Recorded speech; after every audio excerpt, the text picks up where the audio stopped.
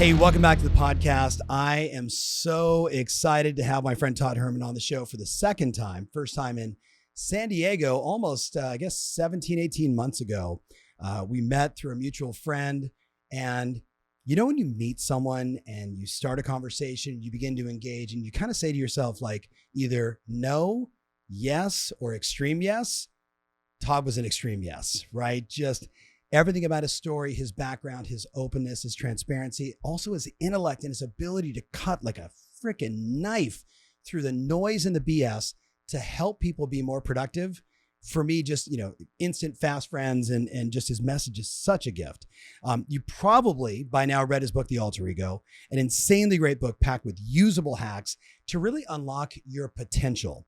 And when I say like your potential, I'm really saying to you, it's about getting over the fear and the resistance to make the phone call, to start the new business, to, create the new opportunity, to write the book, to go on your biggest pitch that's way outside of your financial comfort zone and completely dominate it. Like, that's what the alter ego is all about. And that's what Todd Herman is all about. So first and foremost, man, I just want to say what's up and welcome. Brother, it's good to be back for round Thank two. You. For sure, man. So listen, I actually wrote down something, and I know you see I've got my phone here because I am going to share live because I want people to get this before the podcast goes out in the next couple of days. I actually wrote down for you, Todd, the world's a wee bit nutty right now. You've got a health pandemic we're still in the middle of. You've got a lot of economic uncertainty right now. You've got protests for social injustice, which I'm a fan of. And guess what? You also got an election coming up that is freaking people out. The crazy 1.5% on the right and the crazy 1.5% on the left, completely trying to dominate everybody's mind space. And I just keep going back to the same thing. Like, you did a CEO study that has become a talk beyond the alter ego. So I want to say to you, like, with all of this, dare I say, madness happening right now, what is this state like? What do we do? What are the highest performing athletes who you work with, CEOs who you work with, entrepreneurs who you work with? What's sort of the coaching and advice you're giving them to, like, once again, Todd Herman style, whack, like cut through the noise and help people just move forward powerfully? Yeah. And I think the one thing that you need to add to that list is the conspiracy theories that are out there as well. Right. Oh yeah. Thank you. And so, for 22 years, I've operated between the 6 inches of people's ears. And a lot of the stuff that I see is very frustrating because I can see people accepting frames, ideas, beliefs that are not going to serve them from a mental health, emotional health, and then ultimately from a physical health, which is this things that you go and activate and go and do perspective. Yeah. And so, I'm gifted with dyslexia, and I say gifted with it because it allows me to think in pictures and shapes in my head. I'm very much a models person. You mentioned the alter ego. Alter ego is simply just a mental model. In fact, that's what its root term means, is actually it's a model of how you want to see yourself in the future.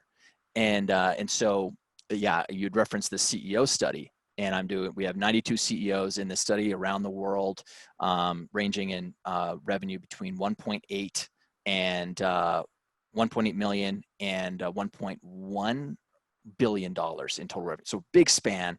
But the thing that's been very obvious, there's this amazing term that was created by the US military in 1986 called VUCA. Okay. And I want everyone to, this is exactly why I'm live right now on Instagram. I wanted everybody to hear this. Write this down. It is such a powerful framework for you to help to operate in VUCA times. So, when you're planning to go out onto the battlefield in war, you can plan all you want, but there's so many unexpected things that are going to happen, right? And life can be a battlefield as well. Sports, this is the same thing I talk to athletes about.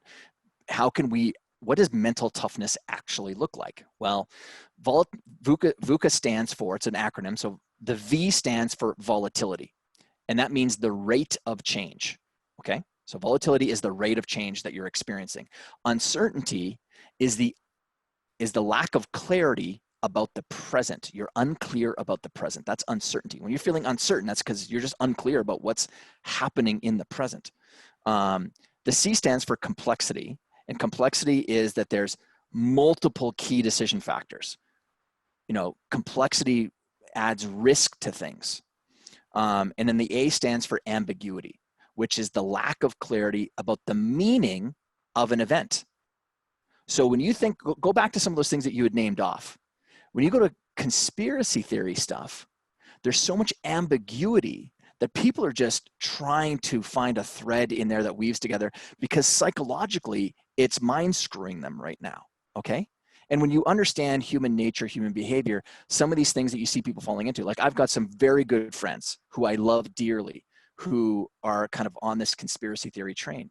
And my wife and I have these discussions about it. I'm like, Valerie, I want to excuse away a year and a half's worth of behavior amongst a lot of friends right now. I'm putting them, because it'd be very easy in some ways to just say, I can't be friends with this person. Yeah. But human nature, they're not horrible human beings. They're trying to make sense of it in the best way that they know how. And just because I know mental models doesn't mean that I'm a better human being. Maybe it's allowed me to operate in a different way, but I'm not going to poo-poo them. But VUCA is, it's truly the experience that people are going through. And some people are handling it well, and some people aren't handling it well. Now, so Todd, hold on, because when you look at VUCA and understanding that volatility, uncertainty, complexity, ambiguity, I think everybody understands what those words mean. How do we use it? How do we? And I know you're going to talk about that, but I want to just stress, like, for the person watching right now or listening right now, we're in that state. What do we do to break through it all? Yeah, and so that brings up the next point. So I looked at this, and when I found this term, I was like, okay, great, but I'm a performance guy. If there's one thing that I want to hang my hat on at the end of my life, is that I gave people real tools to actually lead and live a better life. Yes. Not ideas that sound great, but then when you get them on the field of play, they just break. And so there's another model that runs counter to this one, and it's called CALM, C-A-L-M. And so what do people need? Like, let's say you're leading your real estate office, or you're leading your family right now. What do the people in your family or your friends or your business or your clients and customers need? Well, this is the one thing that you've done brilliant at. The C stands for clarity. People need, because of the nature of the uncertainty and the ambiguity, how can you help them lift the fog and get just a little more clear? Now, in normal times, people talk about having a 1 year, 3 year, 5 year vision. I've actually never been a big fan of that anyway, because when I've spoken to really big leaders, a lot of them run on very short track type goal achievement, project achievement. And then when you stack it all together, people in retrospect go, oh yeah, it's because I had this phenomenal vision. But really, in the practical application of how they operate, it's actually really smart short-term planning and project creation. So in today's time, I'm not looking to get people clear in the next year. What can I get them clear about in the next 2 weeks, week, day, even? So short-term achievable goals eliminates the fog, because now I'm certain about, look, I just need to have 10 conversations a day, book 3 appointments, take 1 listing, right? Versus, how do I solve social injustice? How do, Trump is an alien, right? Like, say he's a Russian spy, right? Like, all the stuff, right? Sure. Or it's like, well, what's my business going to look like in 6 months? Yeah. Don't concern yourself with it, because here's what I know. Yeah. If you're someone who takes care of you, with being responsible with yourself, the version of you that's going to show up in 6 months is going to be readily prepared for whatever's going to be waiting for you. That's how I operate. Yeah. I operate from give me anything.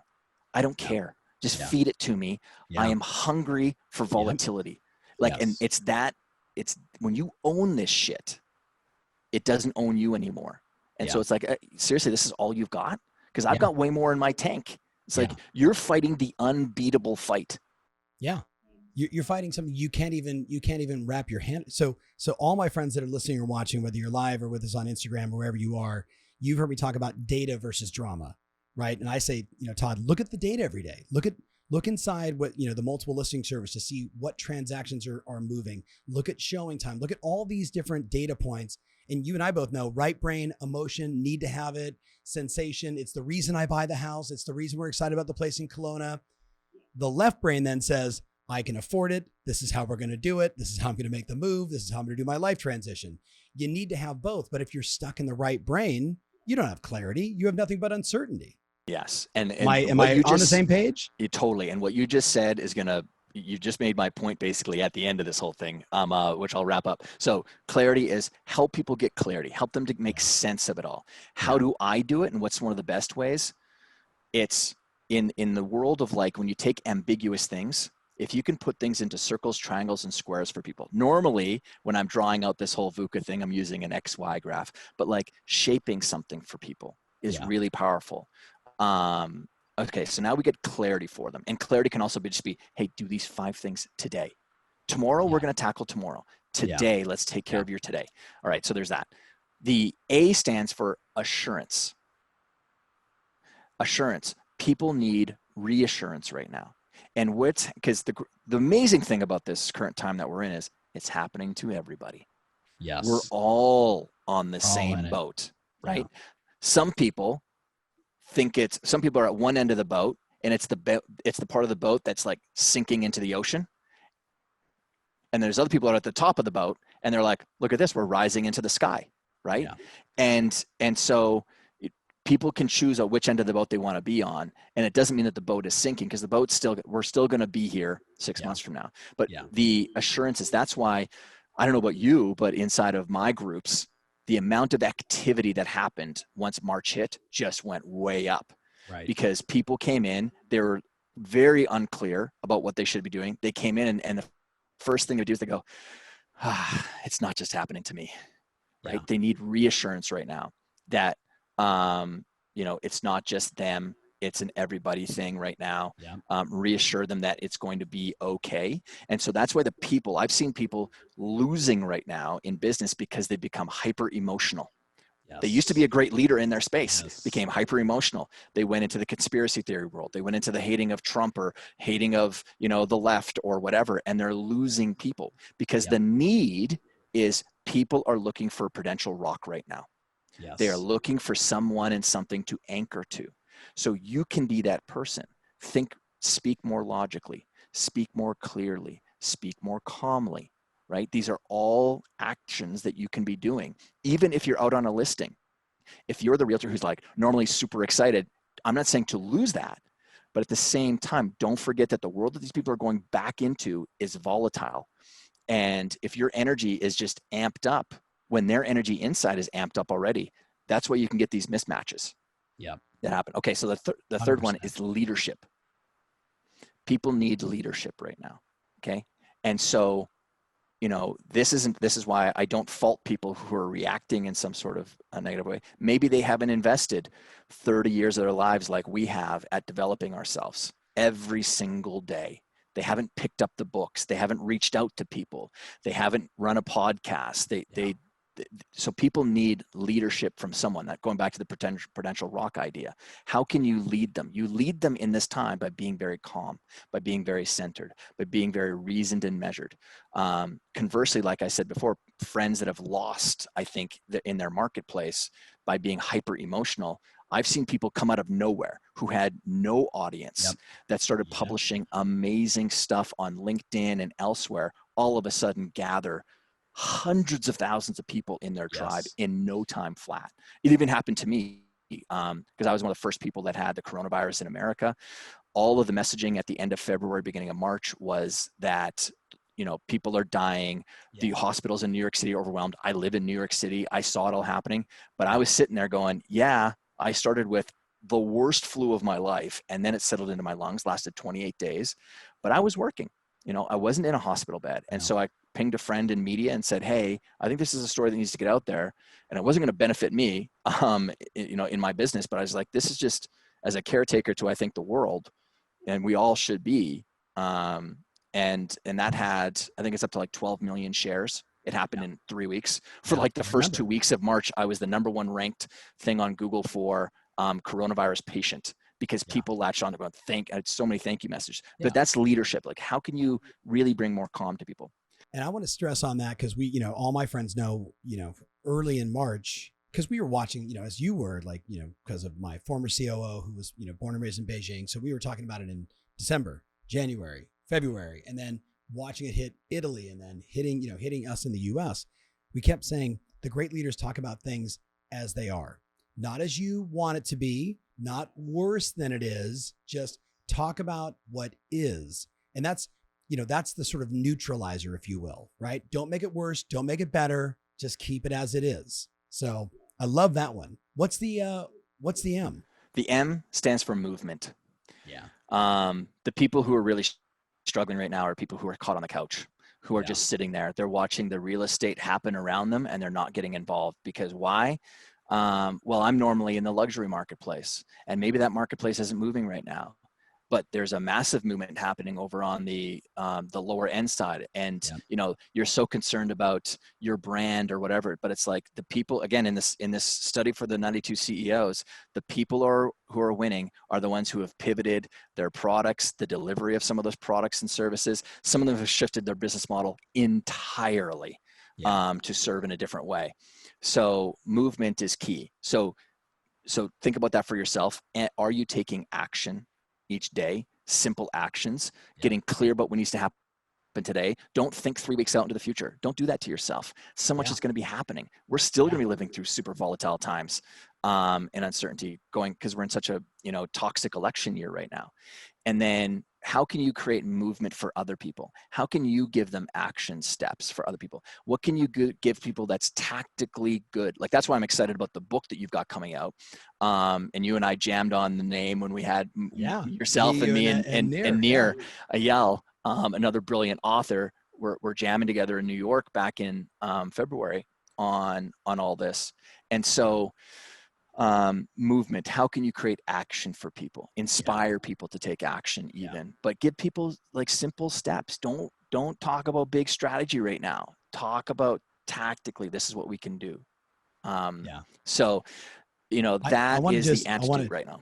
I want to just throw this out there. Like, my wife when COVID hit, I think she's done 4 health related challenges in her tribe since COVID, right? So like the newest one now is, do you know that song? And I'm going to totally screw this up. It's like, bring Sally up, bring Sally down. Have you seen that with the push-ups, right? So you go, bring Sally up, and you go up, bring Sally down. And she's like, I'm just trying to keep people like doing one thing every day physically, whether it's hey, let's see who can do the longest plank. And she started at 2 and now she's at like 5 minutes.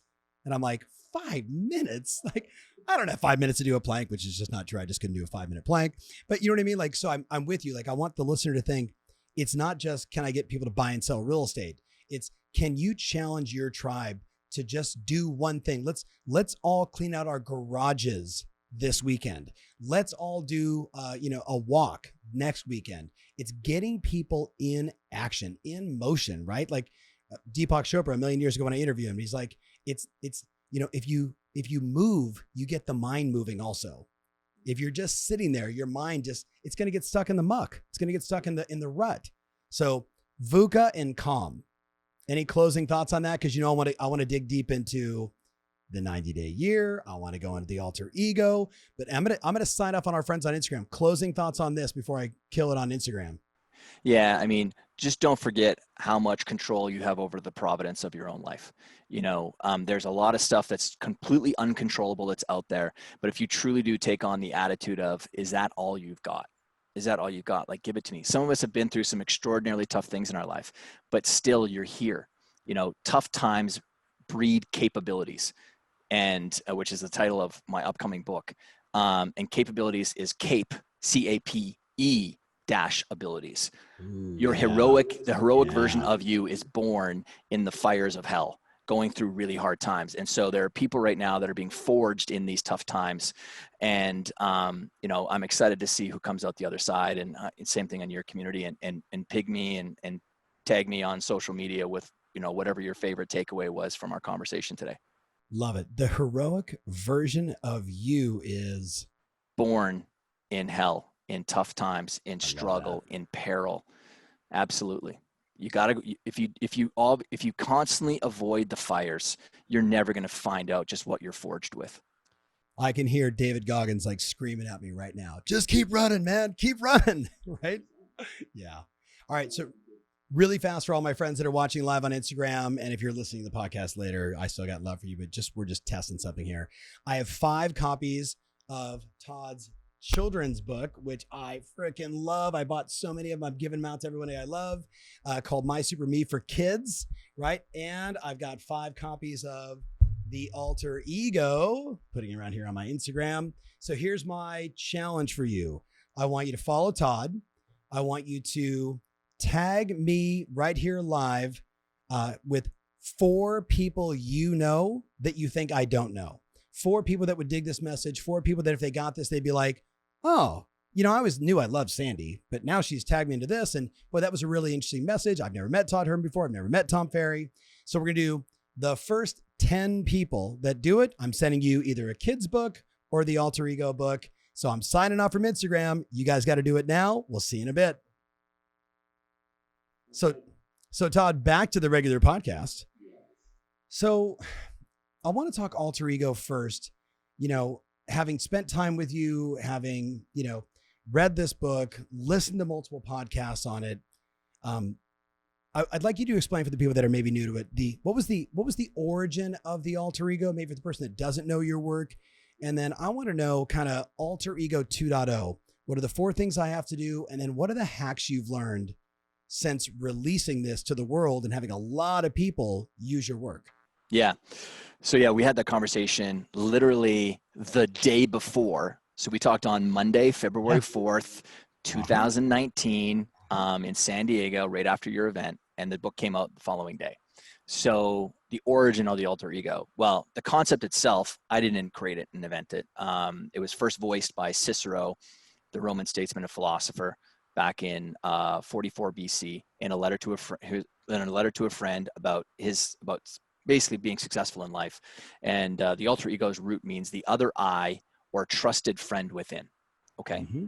Really important part to anchor that understanding of what the Alter Ego really is. Say it again. Other I, or trusted friend within. Now, you and I both know, and I mean, you and I are the benefits of this. I mean, I don't think of you as like a good friend or a great friend. You're my brother. Like we're locked at the hips for life. We kind of had that connection 29 minutes into our podcast. Yeah. Same experience that you had. So, we all know the value of having amazing mentors, friends, contacts, network around us, right? Mm-hmm. To date ourselves, our Rolodex. Yes. And yet people forget about the importance of that between the 6 inches of our own ears. Most of us have what I call in the book, the merry-go-round effect conversation. We're just going around and around with ourselves. And a lot of times it just spirals down into doubt, beating ourselves up or whatever. The powerful part about this model, because the Alter Ego is a mental model that we can use, is that now in the book, the way that I wrote it was sort of following along the path of one of my heroes, Joseph Campbell, and the hero's journey. And that inside of us, if we think that there's this character that's built to play there, because human beings are built with story. We add narrative and story to everything. That's what people are doing in the current world that we're in, right? We're adding meaning to things that it might not even be there. Most of the time it's not even there. Yeah. But that's how we make sense of it. But in a story, there's the hero or the protagonist, and then there's the villain or the antagonist. So anytime I hear the voice tell me that now's not the right time, do you think you're really ready for it? You've never really done that before though, or shouldn't you go and learn more about this before you go and take that action, whatever. I know that's just the antagonist who really isn't even, it's like the little evil part of me, but it's not evil in that they're an evil person. It's that they are scared shitless of change. Mm-hmm. Okay. Now on the other side, there's the hero within, and that's like the core part of you that has this like possibility that you get frustrated with at the end of your day because you didn't get it out of you, right? I call it the pillow effect. Yeah. Everybody's pillow. It's the most honest place you'll ever be in your day because when you put your head on your pillow at night, that's when you start to either, encourage and cheer yourself on for doing the hard things, even if they didn't work out for you, but you're like, you know what, I finally made that call, right? Or the other side of that pillow is beating yourself up because you didn't take the actions on your to-do list that were really, really important that day. And instead you filled your day up with a bunch of busy work that was safe. Okay. Yep. So, this idea of the alter ego was born, getting back to your original question, out of once I started working with better and better, higher quality professional Olympic athletes, this consistent theme started showing up that all of them would talk about having another persona, another identity that they would step into when they got into the pool, when they got onto the ski hill or the slopes, or when they got onto the tennis court. And for me, I was like, wait a second. I did the exact same thing when I played high school and college football, or when I was a nationally ranked badminton player. Todd didn't go onto the court. I had another identity that went onto that court. And it was such a powerful frame for myself because in my head, highly competitive person, I was like, you don't even know who you're playing against right now. Because on the football field, my alter ego was almost like a transformer type one. It was Walter Payton, Ronnie Lott, and a tribe of 5 Native American warriors led by Geronimo. The name I gave my alter ego was Geronimo. And so I was a 159 pound, 6 foot tall, scrawny kid on the football field. But, but hitting guys like you were 260 and, 6'4". 100%. And this isn't me like waxing philosophically about my past. I broke 2 helmets on the top of the crown of them in half in one game. Yeah. By hitting guys. And it was because at the end of the game, I'd be like, I can't believe I did that. And that's because I didn't do it. It was the energy that comes from all of these 7 in my own mind channeling through me. And it was powerful. And it got me past a lot of my insecurities that I had. Yeah. I mean, everyone listening right now knows the story of Sasha Fierce, Beyonce, right? I look at, myself, like, I think we need to talk about the single self theory versus the multi-self theory. So people get like, there was a time in my life when I felt or believed that who Tom Ferry was on stage needed to be the same person, ready, in the bedroom, raising my children, with my friends, on the golf course, in the gym, running the company. And it was completely insane, right? Like we have these different personas, right? The essence of who we are is always there. I want to be very clear. Like, it's not like your values shift and you suddenly go from, this to that, but you can create this. So give them some insight on single self versus multi-self. And then let's go through the 4 pieces so everybody can do more of it. Well, I mean, to just sort of pair it off of what you just said, it's in each of those instances where it's when you're on stage and when you're, the power of this is you answering the question, not someone else telling you, you answering the question of who do I want to be here? Exactly. Whereas most self-help or even philosophical texts have sort of led people to believe that there's this one you, and there isn't a one you. And that's because human beings, we live in context to the roles that we play and the situations that we're put into. So getting to your point, for the longest time, the world of psychology, one of their 5 main pillars that they built a lot of their philosophies off of was single self theory, which went like this, that human beings who acted as one single self in all the areas of their life had the best mental health. Now, let's just sort of put that onto the field of play of practicality. Yeah. I'm working with pro athletes, Olympic athletes, public figures and leaders. You work with a lot of people that are, and you've got a lot of friends who have they're playing big at life too. Yes. Now, when my football player or actor comes off the field or stage, are they different? Absolutely. And then here's the question I'll ask people is, have you ever met someone who's a public figure that when you met them, you were like, oh, they're a lot different in real life than I thought that they would be? Of course. Right there, that shows you that this idea of single self breaks under the weight of pressure of reality. Okay. Yes. So when I heard, because again, here I am, 1997, when I started my business, I'm reading as much about, behavioral psychology, behavioral economics, even, which probably has some of the most influential stuff for me on how to work with people, biology, all this, human dynamics essentially. And I come across a single self thing. And I'm like, well, that's crap. I'm a farm and ranch kid. And we've got a saying on the farm that says, well, that dog won't hunt. And sometimes you come across ideas, that dog won't hunt. Like Yeah. that idea just doesn't Yeah. work. Yeah. So multiple self theory in about 2008, the entire world of psychology shifted. Multiple self theory is the idea that human beings have many selves, many sides of themselves that they bring out into the world based on the role that they're playing, mom, salesperson, CEO, like even inside your business, you've got you're Friend, the lover. yeah, all those things. And so the people who have and see themselves having many sides of themselves, I mean, just the cascading effect of what that does to you psychologically. No longer do you get trapped by many of the ideas that are kind of weighing on you, where it's like, oh, I'm being inauthentic, right? Yeah. Well, Yeah. in which role are you talking about? I know that when I beat myself up with my kids, when I know I'm being inauthentic with them, is when I know I can do more for them, but I didn't. Some other role that I have, you know, because I have an intense personality when I'm coaching people. I'm a challenger personality type, and that's because I work with big personalities. Or when I'm competing, it's intense, but I don't need to bring that intensity with my kids. And so when multiple selves, it's been now proven as well that people who see themselves in many sides of themselves have the highest level of mental health.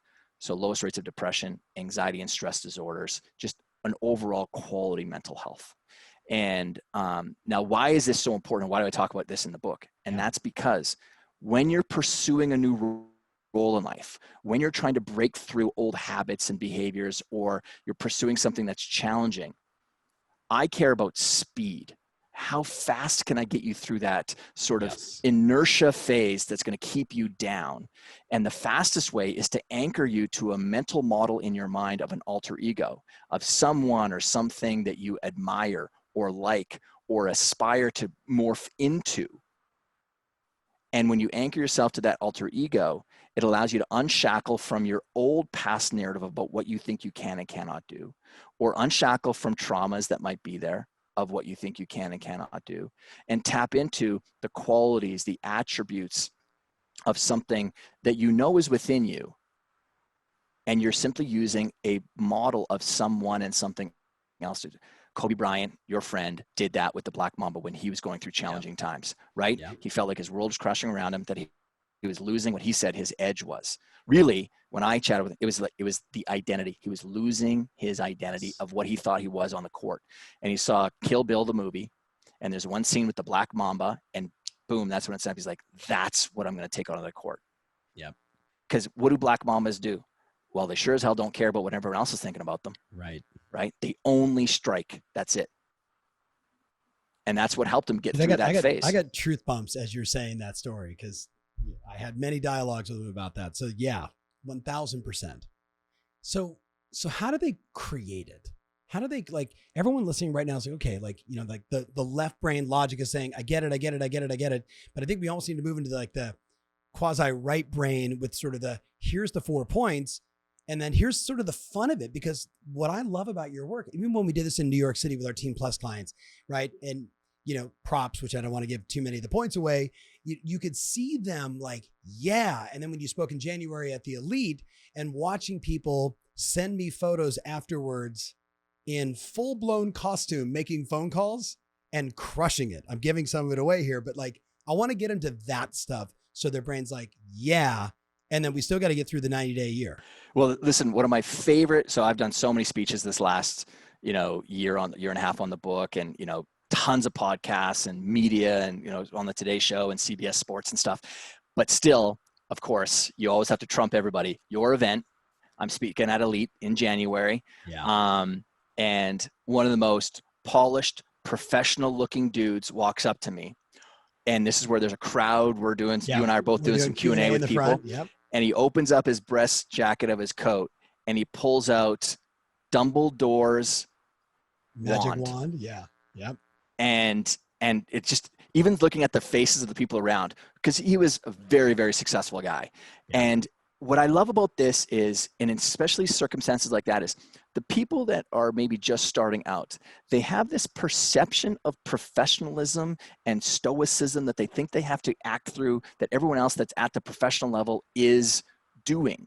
And yet, once you get up into this event horizon, this new category of sort of performance, you see that a big quality of these people is, whether it's mentally or even the way that they act, a lot of playfulness.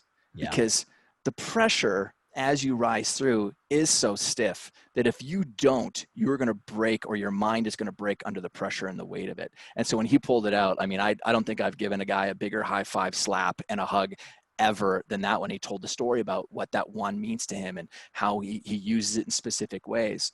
But you hit on such an important point, which I try to hit on, and maybe if I rewrote it again, I would hit on it 1,000 times more, is the key with this is playfulness. Because the great thing about it is every single person that's watching this or listening to this, you've already done it. You did it when you were a child, when you played with the idea of, being a nurse when you're playing with your siblings, or you're your favorite sports star out on the front driveway or on the grass and stuff. And again, what is that doing? It's unshackling you from what you think you can or cannot do, your own limitations. You're small. I'm not tall enough. I'm not fast enough yet. I'm not good enough, but I'm going to be Lionel Messi, or I'm going to be Cristiano Ronaldo, or I'm going to be LeBron James or whatever. And now all of a sudden you get to step into a new side of yourself. Yes. And so that's 100% the most important point of this entire thing is be playful. The moment you start taking yourself seriously, you have just been grabbed by your ego to hold you down. The alter ego pulls you out of the grip of the ego itself, the definition that you think you've placed on yourself of who you think you are. You don't even know who you are yet. I never try to define who Todd is. That's why the hardest page to write on your website is the About Me page, or you're on your curriculum vitae or your resume is the resume, because you're trying to winnow yourself down to just this, few box of text. So, okay. So I just got to say, man, the be playful thing. So again, we're in sort of the, I was just with Tom Billier, right? So we're in the construct in the matrix right now, and we're building the alter ego for you. And the first rule is you got to be playful, right? I think of the number of people that as they rise to success, and I can think of clients, I can think of friend of mine who is going for a Nobel Peace Prize, who was an actor for most of his life. If they don't remain playful, one of the signs that I see that makes me nervous is they get so stuck in the ego trying to look good that it's almost like we all need guardrails in life so we don't go completely bananas, right? But their guardrails become so tight, Todd, that there's no more fun anymore. Like everything is just this looking good intensity, feed my ego, can't be wrong, no growth mindset. You know what I mean? So that was me. That was me early on, 100%. Like I was so concerned and worried about what everyone else thought of me, and, cause I know fundamentally how I was raised was, you be kind to other people. Kindness and being nice are not the same thing. I didn't have that distinction early on. Being nice is basically turning yourself into a welcome mat, I'm not going to say anything because that's being nice, or, like your friends didn't show up for dinner, I'm not going to say anything. It's just because that's not nice or whatever. Kindness is like being firm about your values, and being kind to someone else is when you do see potential or capabilities in another person. Potential is actually a word that it's not allowed in my world. But when you see capabilities in other people is calling them on that and saying, listen, I know you're better than that. That's being kind to someone. That's truly being kind. So, but man, early on, that was me. My guardrails, that's such a good metaphor to use with people is you give yourself no room for failure before you fall into the gutter. Right. And now the trash talk you give yourself is just brutal. So, and truly for me, it's so freeing once you get extremely comfortable with yourself, knowing that I'm going to make so many failures. But what's on the other side of those failures is I know I can always make them right. So 100%. To get the actual people to process with this. So be playful. So first thing to do is pick a field to play for yourself. Pick a role that, you either might be really frustrated by right now, that you're not really enjoying your performance, lack of performance in it. So what's that? Is it, and what's funny from the book, the most common one, there's actually two really, is parenting. And the second one is how they view themselves as an athlete. It's actually a word I never thought they would actually say to me. but some of the most phenomenal transformations that we've had. I had two ladies come up to me at an event in Toronto, Canada, that had both lost, one had lost 32 pounds in 3 months, and the other one had lost 66 pounds in 4 months.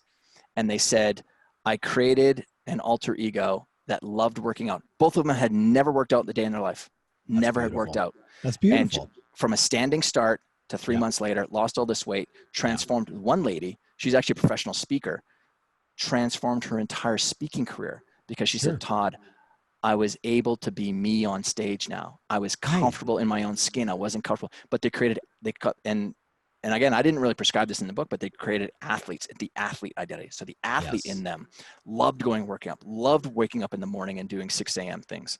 So what's that field of play for you? What's that role? That's number one. Because again, multiple self theory. You know, we have many sides of ourselves. Don't have one identity trying to govern all your life. That's a trap.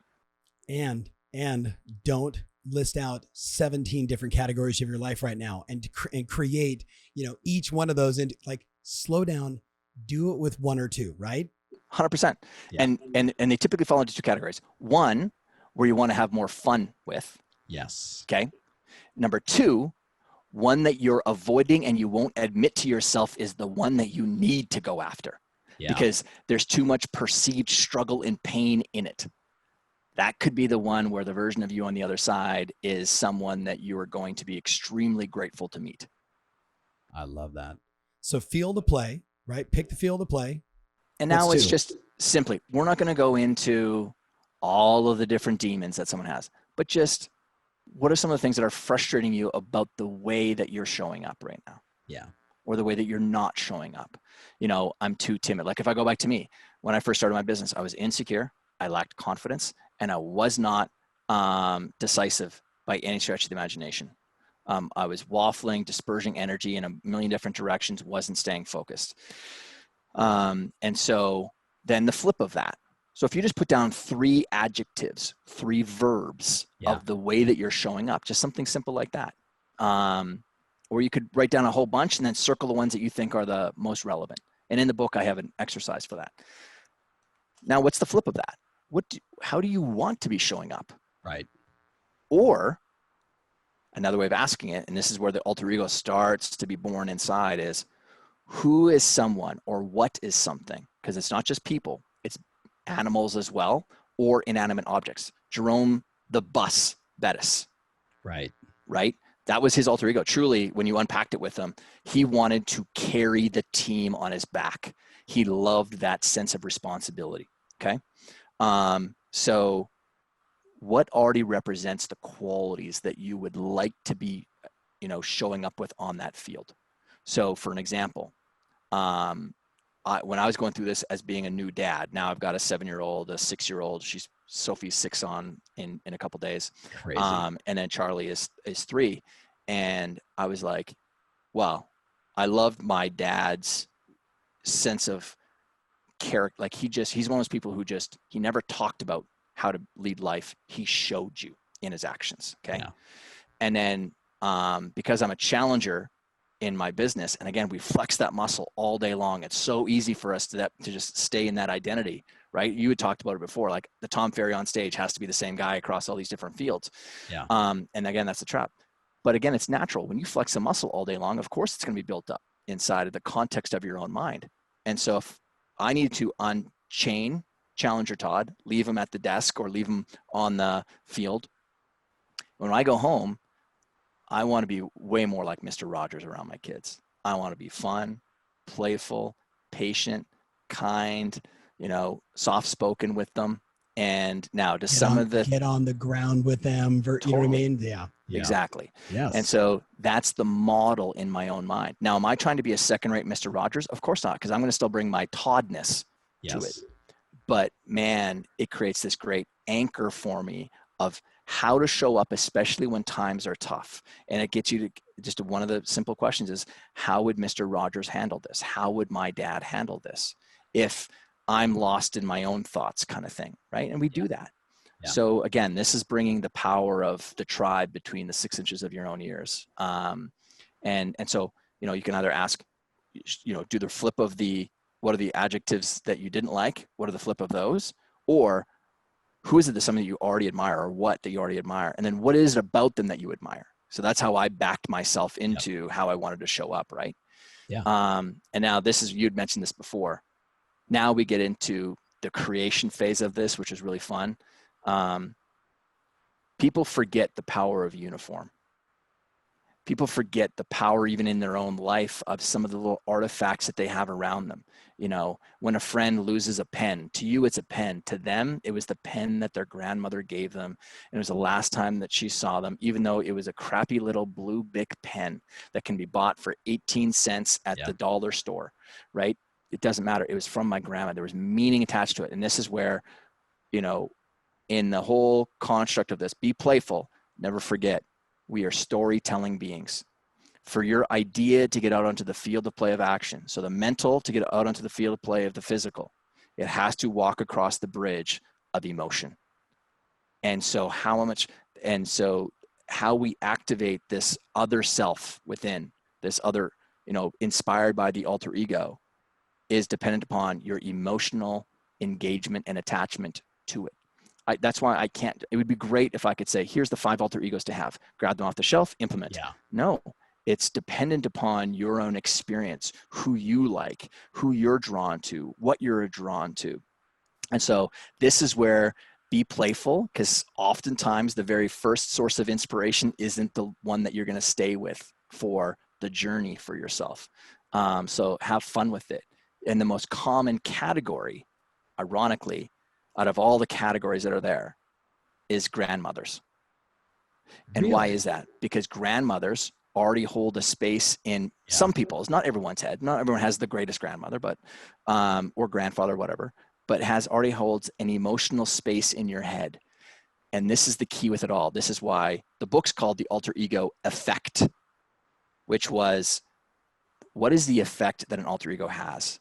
And while everyone says, just be the real you, be the authentic you, wonderful ideas, how the hell do I make it happen, Tom? Yeah. I'm giving you the process of how you do it. That's the effect. The version of you becomes the real you. The alter ego is just simply the carrier device to allow you to get out there. Now that's the effect, but in the book, there's the method, how we actually make that happen. And so that method process and you engaging with the story side of your alter ego is so critically important. And grandmothers help to, it seems to be the easiest category to go, oh, you know what? What I was going to say was, in the method itself, the thing that makes this method specifically work just that much stronger is when you are stepping into and you're donning the cloak, you're putting on you're putting Dumbledore's, you know, wand into your jacket. You're not just putting it in. No, you're creating a ritual around it. People talk about habits and routines. Yes. That's like the foundational layer of just building upon success. That's like rote. Yeah. But rituals is what we do with elite people, because rituals is the merging of story and meaning with the thing that you're doing. And the elite do rituals way more than anyone else. There's a meaning and a story behind what it means when I put this Dumbledore's thing inside. Or for me, you know, when I put these glasses on, you know, there is a transformation that's happening that's intentional from within. I'm not doing it to impress Tom. I'm not doing it to impress anyone else. It's because I'm deciding how I want to show up on this field of play. It's Incredible Hulk's equivalent ground punch to the ground saying, no, I'm showing up the way that I want to show up. I don't care what mom and dad said I needed to be, or that bully that's, you know, or whatever that abuse happened to me. I'm unshackling from that in this moment. And I'm deciding how I want to be in this moment or in this role or whatever. And it's, again, you're owning the power of this. And this has been the theme of this entire conversation, right? Whether it's VUCA and calm, like you can own this stuff. Yeah. So I want to just throw this out at the listener, right? So many people I know have now read this book and have found, you know, multiple alter egos, whether it is, hey, you know, my relationship has not been as great. Oh God, I'm actually acting like my mother, my father. They bicker all the time. Like they just walk in and attack each other. And then you're like, wait a minute, like what if I took on the most romantic person who's the most compassionate individual I know? Well, how do they talk? What kind of questions do they ask? How do they operate? And look, the first time you do it, you know, like if you put on a Superman cape, you know, in the next 30 minutes and you got on the phone and you were like, I'm Wonder Woman, you know, I'm Superman, like it'll be funny. but by doing it over and over and over and over and over, and that sort of conscious awareness, right, Todd, of like, I'm running my routine because it's the effect, right, that I want to get to. It's the impact I want to make. Then it becomes you, right? It takes time, right? Like, who is it? Cary Grant, or you told the story of a very famous actor, and was it Cary Grant? Cary Grant, yeah. Tell that story. Well, Cary Grant, so grew up in Bristol, England, known widely as like the most debonair, charismatic guy in Hollywood in the golden kind of era of the 1940s and 50s and 60s, right? And but grew up single mom, poor, kind of slummy part of Bristol, but he had this aspiration within of getting to America and making it in Hollywood. So he did, changed his name too. And that's why the name thing is important. I called it Geronimo, like, you know, that's a disassociation that can happen, but, you know, battled mental health, battled really depression and stuff, throughout a lot of his years. But at the end of his career, when he was being interviewed by, basically a Hollywood reporter about his success, he kind of paused for a second and he said, I became the person I wanted to be, or he became me, but at some point we met. And he said, I pretended to be somebody I wanted to be, or he became me, but at some point we met. And the only thing I would change about that, because again, he's using the language of Hollywood with pretend, right? Because they go and they play pretend, is the word choice that I like is I activated the person I wanted to be. Bingo. You know, I did that with myself. And I think this is a helpful thing. You had said before, you know, okay, this book's been out for a year and a half. What are some of the lessons now? Like now that's like been on the field of play. What's the 2.0? Yeah. Yeah. And I never shared this in the book because again, it's just been like 18 years of, you know, being around this idea and really training and teaching on it. There's so many things I've forgotten more than I could put into a book. And I'd said to someone just, well, when I created Super Richard, which was the business version of myself, because Richard's actually my first name. I've always gone by Todd. And I bought those pair of non-prescription fake glasses at Lens Crafters in West Edmonton Mall, where I was living at the time before I started working internationally and stuff. And Richard was a composite of Joseph Campbell, Benjamin Franklin, and the 1970s and 80s version of Superman, right? And those three coming together, I wanted qualities from each of them. And when I put on those glasses, these glasses inhabit all three of those people. And I am not allowed to put those glasses on and dishonor their memory and the way that they would show up in life, if I like by wearing these glasses. It's an insult. That's how I think of it, because I have such reverence for them. But Super Richard, Todd was not making the calls. Here I am. I was very good at working with young amateur athletes on the mental game. I was good.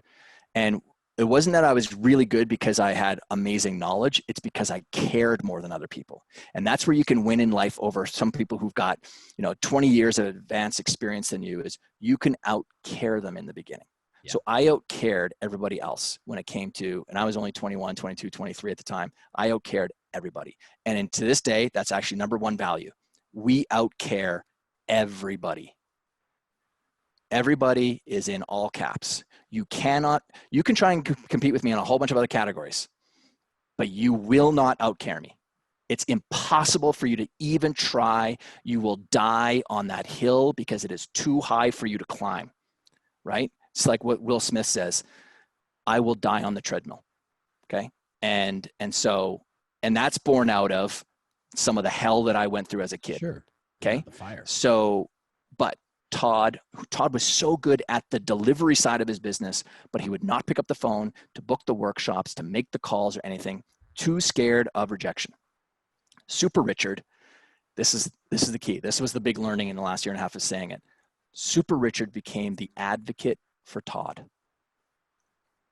And I almost get choked up saying it because I can go back to that moment. Yeah. But Super Richard became Todd's advocate. He went on that call.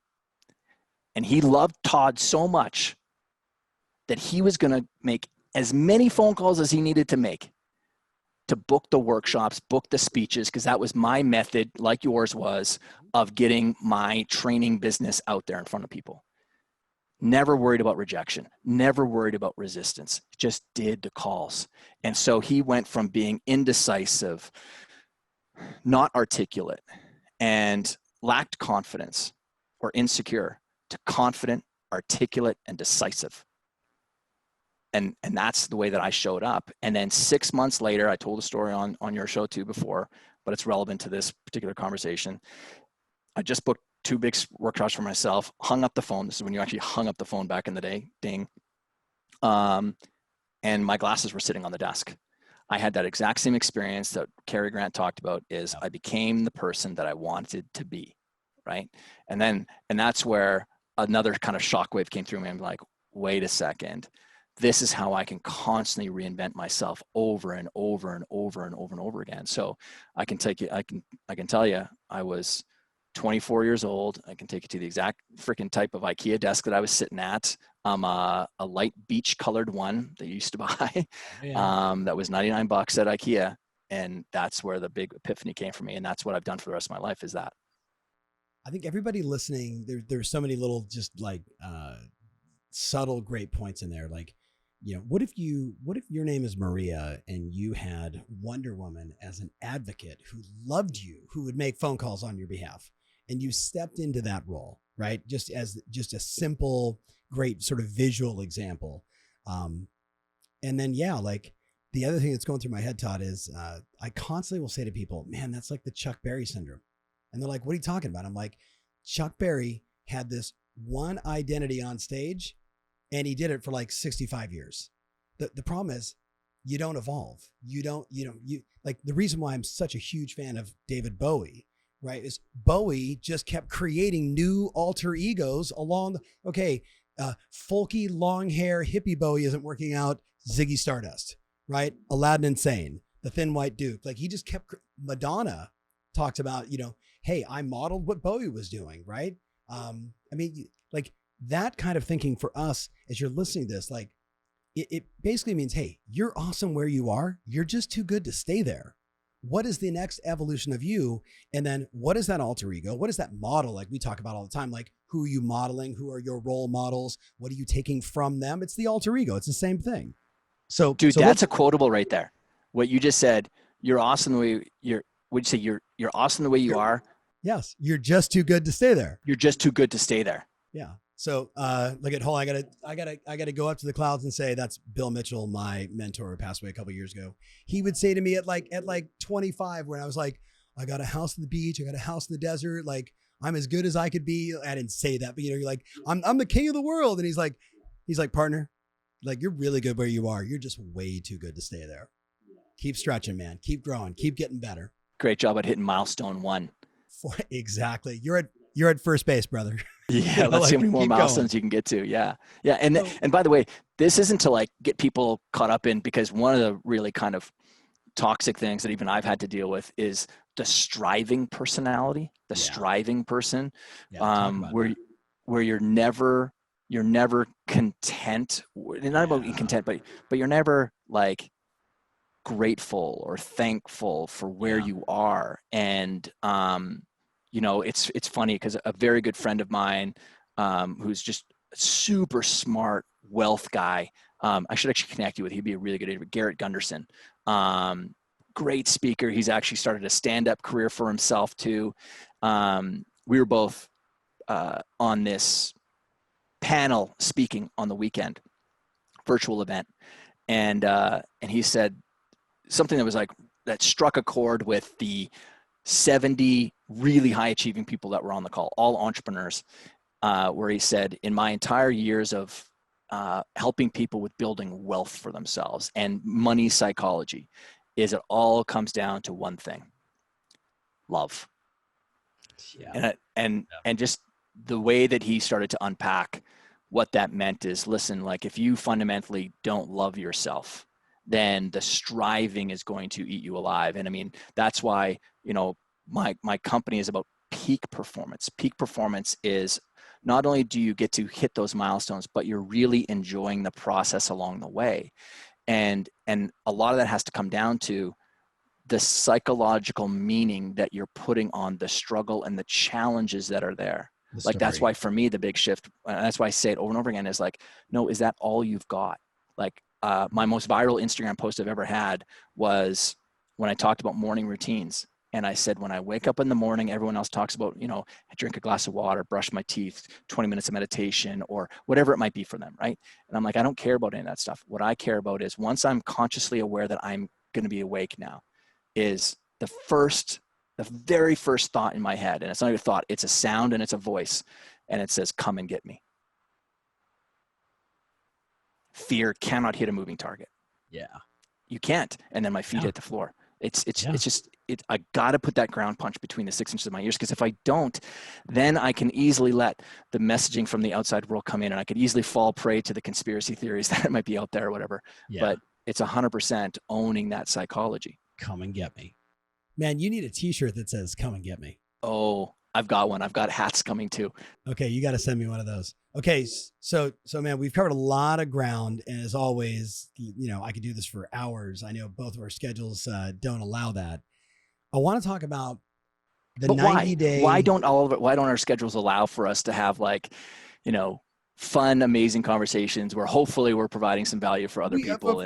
Well, look, I book 90 minutes, and I think to myself, I could go 3 hours, but I've got this today. It's the same thing, right? Everyone listening knows, like the average person listening to this, listened to it and then paused it, went into an appointment, then came back to it, then made 4 phone calls, and then listened to, that's how I listen to all my podcasts. Like, I wish I could sit and listen for 3 hours at once and absorb it all. That's not life.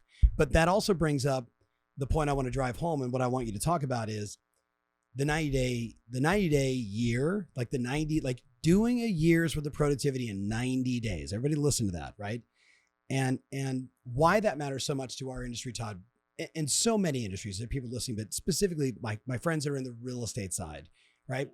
They basically, in a typical year, would have the spring market, right? So we're January, February, and March, we're building up for the spring market. Homes start coming on the market in March and April and May, and sales just, skyrocket. Well, what happened this last spring? The first 2 weeks of March were okay. And then we went 85% down on transactions, on showing, all the leading and lagging indicators of a healthy real estate economy. Boom. Now, my mortgage friends, they had the opposite. Interest rates dropped, and they've never stopped, right? So the title people that are associated with that, like, they're doing okay. But now here we are, and I'm saying to my clients, look, time is of essence. You're essentially trying to do 6 months worth of buyers and sellers and transactions and deals, and you're doing it like 2.5 months, or really 90 days. And then we start the race of the fourth quarter. So I thought maybe just high level, what is the purpose of this 90-day in a year? And then high level, what can we take away from it in an already packed podcast? Sure. So the birthing of the whole idea for the 90-day year happened when I was working with a baseball player, and there's long seasons in some sports. Okay. Yeah. And a lot of times you're going to see this performance dip happen. Sometimes it's at the 2-month mark, but there's always some sort of performance dip that's happening. And so I just said to him in a pattern, like, hey, let's break your season up into 2 seasons, and it worked out to about 90 days each. Yeah. And in the beginning, this is back in the late 90s, early 2000s, it was called the 90-day sprint. And this is before the idea of sprints became really big by Kevin Sutherland and Scrum. So, and even he brought that out of the world of sports. So 90-day sprints. And then when I started working in more corporate and business environments, this one executive at Chevron said, we don't really work in sprints. That's kind of a foreign language, but we have a calendar. So what if you call it, he's the one who gave me the name for the 90-day year. And it was brilliant. But the purpose behind this as well is, so lots of studies been done on human beings and the length of a project and a goal. Anything that goes beyond 90 days, the Stanford Neuroscience Research Lab or Behavioral Science Lab, University of Waterloo up in Canada have all done studies, and many other organizations. Any project that goes beyond 90 days, any goal that goes beyond 90 days, increases the likelihood of procrastination and avoidant behavior, okay? Because it's too far beyond the sort of imaginational horizon line in people's heads. There's no proximity. Even that's a mental model, the zone of proximity. Things become more relevant when they're proximate to us, when they're close to us. So I did it in a way to solve a client's problem. And then what I do is I go, why is this working so well? Because I started doing it with other people. Yeah. And, the research just sort of started to validate it. Now, I'd said before how there's a lot of people who say things like, you got to be more disciplined. Now, what I know is that discipline is like the ultimate golden key to unlock someone's performance, to unlock just whatever's there. Discipline is so important. And I'm like, okay, great. So I tell it to someone, but then how do I get them to execute it? And so nested inside of all of our sort of training programming is because I'm still training people on mental toughness stuff, but 90-day year allows people to develop two really core things.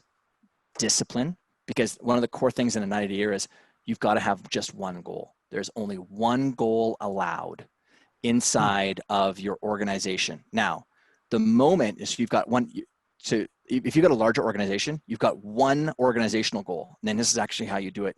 If you've got anything where you've got, or any teams that have more than 3 people, your marketing department, your ops team, your tech team, or whatever, now they have their 90-day year goal.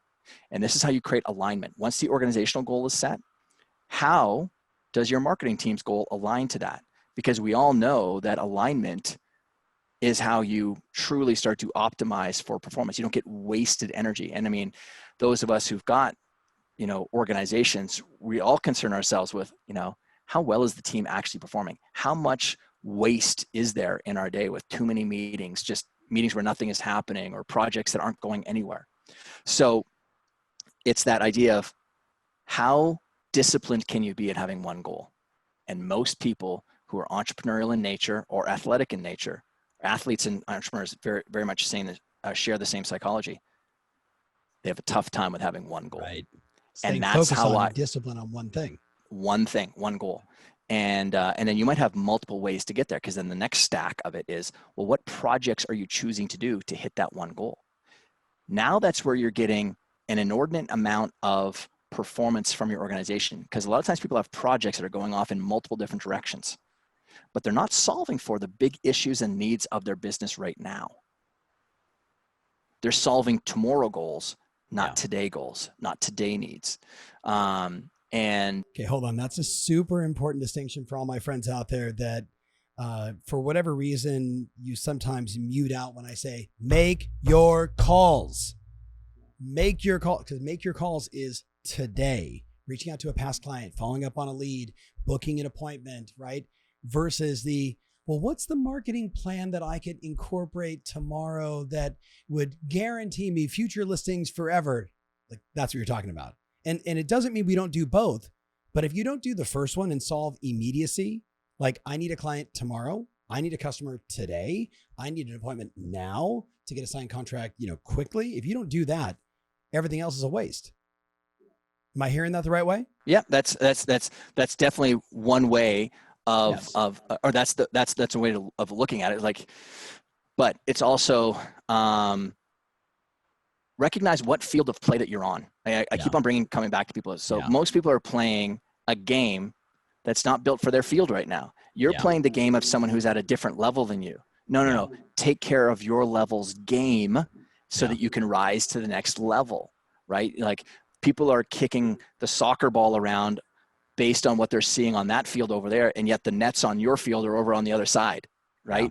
And this is, again, developing the discipline of knowing how to be self-aware and focusing on the self, because, again, it's really hard for me to teach peak performance strategies when I've got people who are constantly focused on outcomes, concerns, and worries of other people, what the fans are saying and thinking, what the coach is thinking of the last shot that they just took or whatever. No. Focus on you. And when you do that, you're a really, really hard person to beat.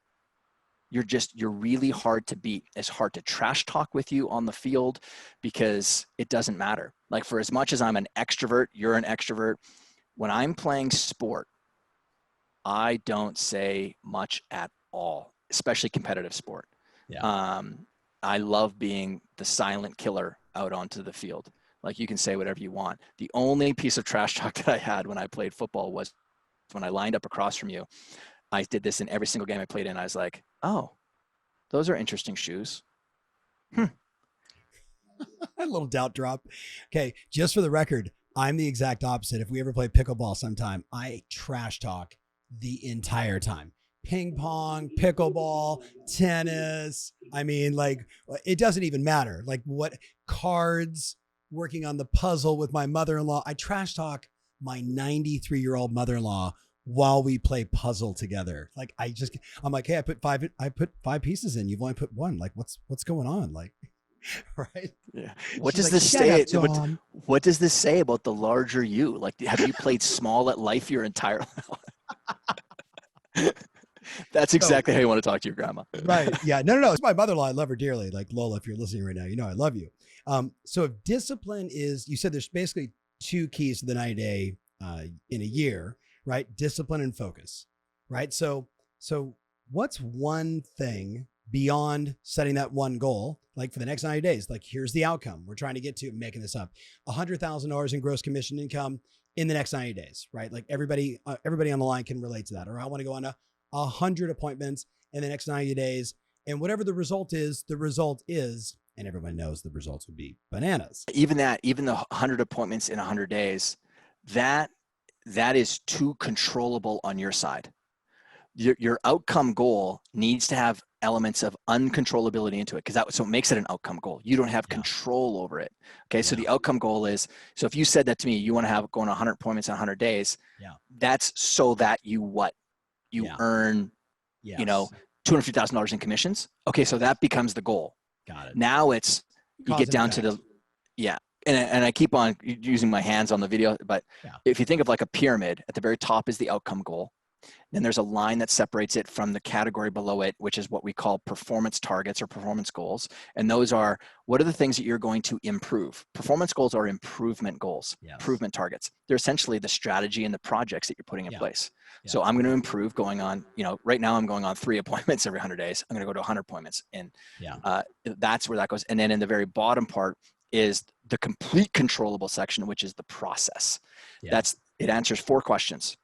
Who is doing what? When are they doing it? And where is it happening? Every single process has those 4 things. Who is doing what? When is it happening?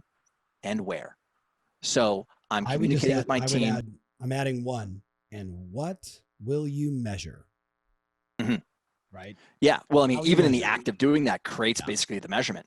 And so that's basically it. So you said, what's one more thing? Well, a really big part of this whole process and why it works so well is we use a diagnostic approach to helping people to decide, because most people have problems with, well, what should I actually be working on? What's my number one focus? So we have this kind of diagnostic for business owners or entrepreneurs to help them go through and diagnose in the 5 main pillars of business: marketing and sales, product, ops and tech, finance, and people in leadership. And you answer all these questions, and sort of what bubbles up to the surface is the most relevant things that, like, the kind of, whether it's the bleeding neck in the business or just the most relevant thing that you should be focusing on based on the field that you're on. But beyond that, because I can't go through all the diagnostic with people right now, the one key thing, so we have a toolbox of stuff for you to help implement and stay disciplined and stay focused. Out of all of the things that I've seen people implement from our program is something that I call the activity scorecard. Now, I come from sport, and you love sport. Yeah. What do we love about sport? There's a scoreboard. You know how you're doing. You can measure performance very quickly. How much time do I have left? What do I have to do to win? I see it all. Yeah. Now, in business, there's so much ambiguity. There's so many ways that you can go after the ball, kind of thing, right? And that's where people don't do a good job of designing their field and stating it and owning it and putting the goalposts in for themselves. A lot of people are playing other people's games. Play your game. So this activity scorecard is, if you write this down and do this for 2 weeks straight, it's going to transform your life. Now, I've never shared this publicly with people, but you're my boy. So you're going to have 4 columns: $10, $100, $1,000, and $10,000 activities. All right. Now you're going to draw a line between each of those numbers. So 10, now you got 4 columns. What I want you to do over the course of 2 weeks is, at the end of every single day, take a look at all the activities that you did, and I want you to put them in the categories.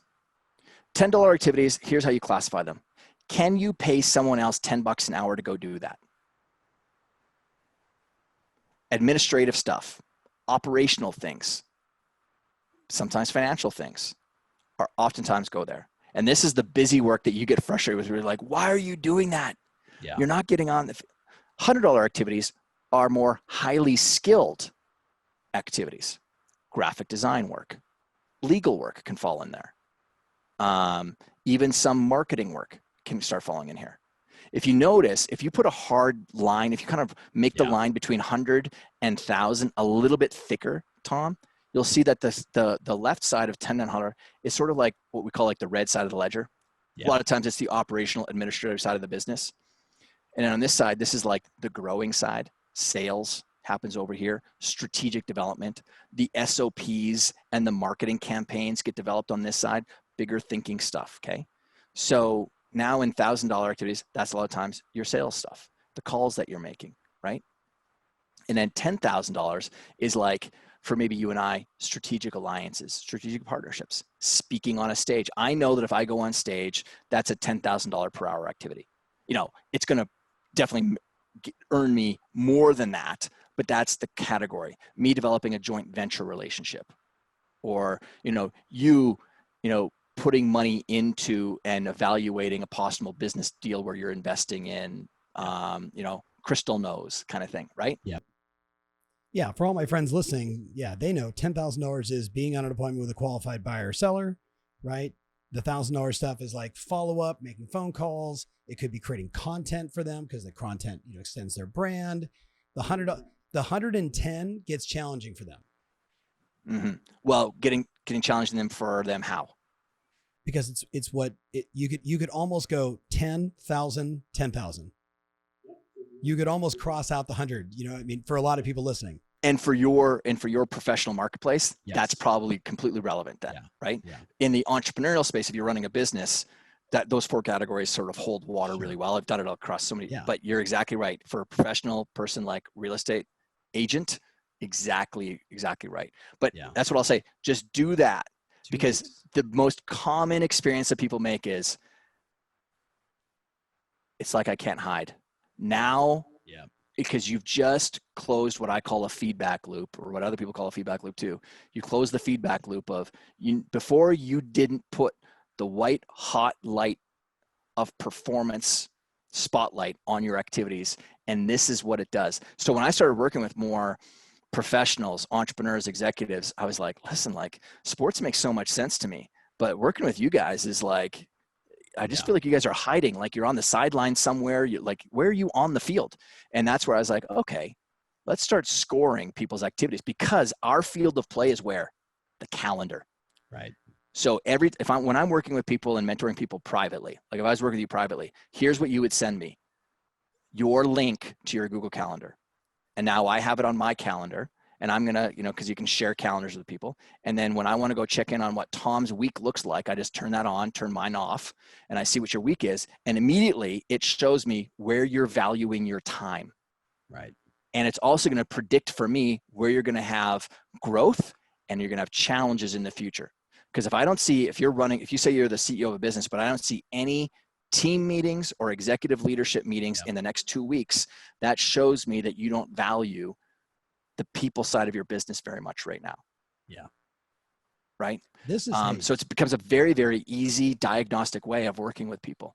Yeah. I'm not trying to be rude, but I love this. Like I can go back to one of my early mentors who said, if I followed you around, right, or I hired a private investigator to follow you around and document everything you did in 15-minute increments and then put a dollar association to that time, what would I learn about your business in the next 2 weeks?